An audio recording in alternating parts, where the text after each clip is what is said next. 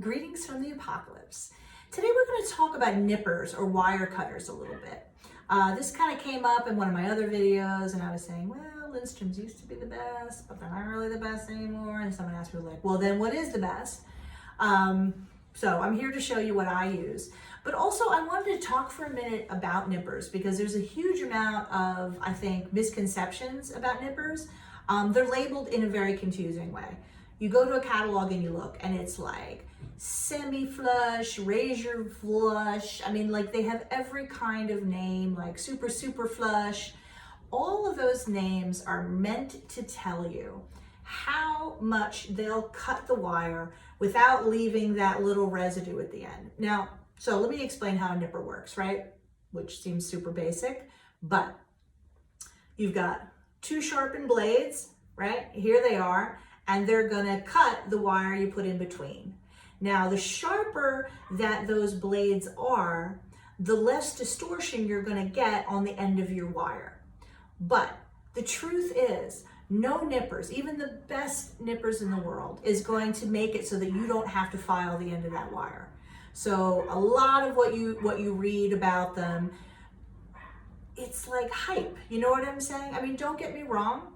A really nice pair and a really sharp pair will lead to less cleanup. But you need to assume right off the bat, when you're cutting wire with something, it compresses from both sides, you're gonna get some distortion. Nothing you get is gonna allow you to just cut a piece of wire and for the end to be perfectly flush and require no cleanup. That does not exist on planet Earth as I understand it. So that's a little sad, but it's better to accept that than to keep thinking like, if I just get another pair of nippers, you know what I mean? It's gonna do it. It's gonna cut it perfectly flush. Incidentally, the only thing that will cut something almost perfectly flush is a chisel, but that's a whole other issue that you don't really wanna get into right now. So I'm gonna leave that where it is. So the thing with nippers is first, understand that yes, an inexpensive pair, the steel isn't as good, they're not as sharp, blah, blah, blah, will leave you with more cleanup. That is a fact. But just realize no pair of nippers is gonna get you out of cleanup entirely. Now, most of the metalsmiths I know actually don't really focus on cutting wire with their wire nippers. Like for me, I hardly ever do that. Like when I need to cut wire, if it's thin wire, I just take, I usually use my Joyce Chens, my scissors, and cut it. If it's like thick, I'm gonna saw it. So for me, and I think for most of you guys, it's not that you get a pair of nippers specifically so that you can cut a piece of wire. I mean, you can cut a piece of wire with your scissors or with a saw. I don't really get mine out just like, oh, I have to cut wire. I must retrieve my nippers. Who bothers to do that? What most of us use it for is for getting into little areas that are very difficult to trim. Like if you have two bezels and a little back sheet in between and you need to cut it away, whatever, that's what I'm getting my nippers out for. So I want them nice and sharp for that reason, not so much because I'm sitting there cutting wire with them. So, that being said, also remember, never cut like binding wire, anything steel with your nice nippers because it will definitely dull them. I usually have an old, really shitty pair of nippers that somebody else has already abused to use for purposes like that. But the ones that I like to use are Tronex. I have a couple different versions right here.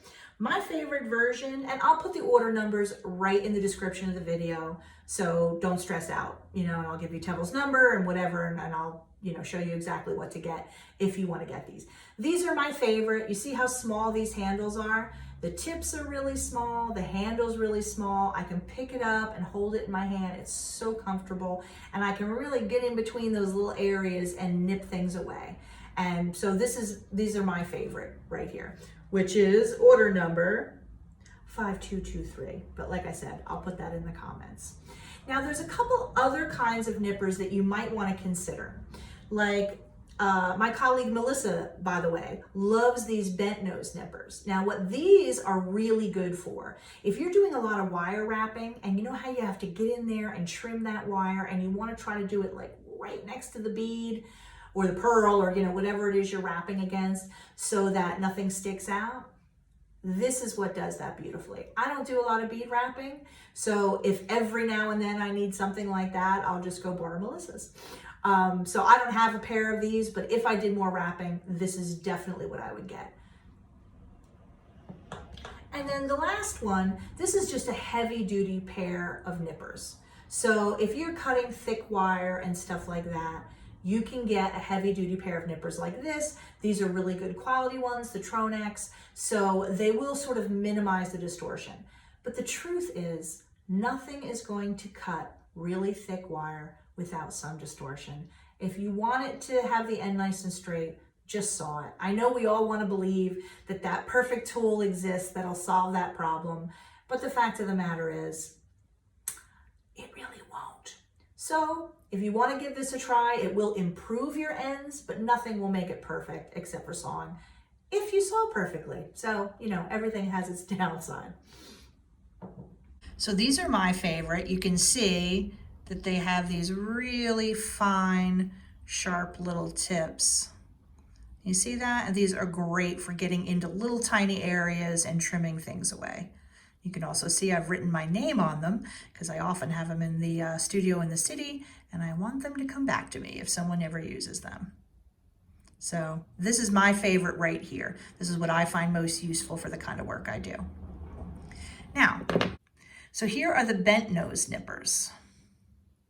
Now, if I did much bead wrapping, I would 100% get these, because you see how they come to a little angle and they have this really sharp edge.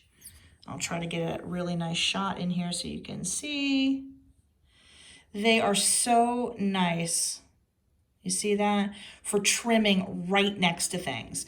So if you're doing bead wraps, these are definitely what you want to trim away those wires and not have, a lot of cleanup, because there's nothing sucks more than you cut your wire next to a bead and then you've got to try to file it or clean it up and you can't really get in there. So I love these for that, but I usually just borrow Melissa's, I admit, because I don't really do bead wrapping particularly. So then the last one, these are just like a heavy duty pair. You know what I mean? This is for cutting thicker wire, which again, for me, I'm usually going to use a saw, but this is faster, but it will still require a little bit of cleanup. Just always remember that sadly, no cutter is going to completely cut something perfectly flush so that there's no cleanup. But so according to what you're doing with them, I would recommend basically one of these three. So those are the cold, hard facts about nippers. People expect them to do more than they can, but a really nice pair of high quality nippers can really help you when you need to get in and trim things. So these are the ones that I've been using for the last few years. These are my favorite. And I think you'll really enjoy them. And if you want to get some, you can call Tevel and he'll send them right out to you. That's it for today.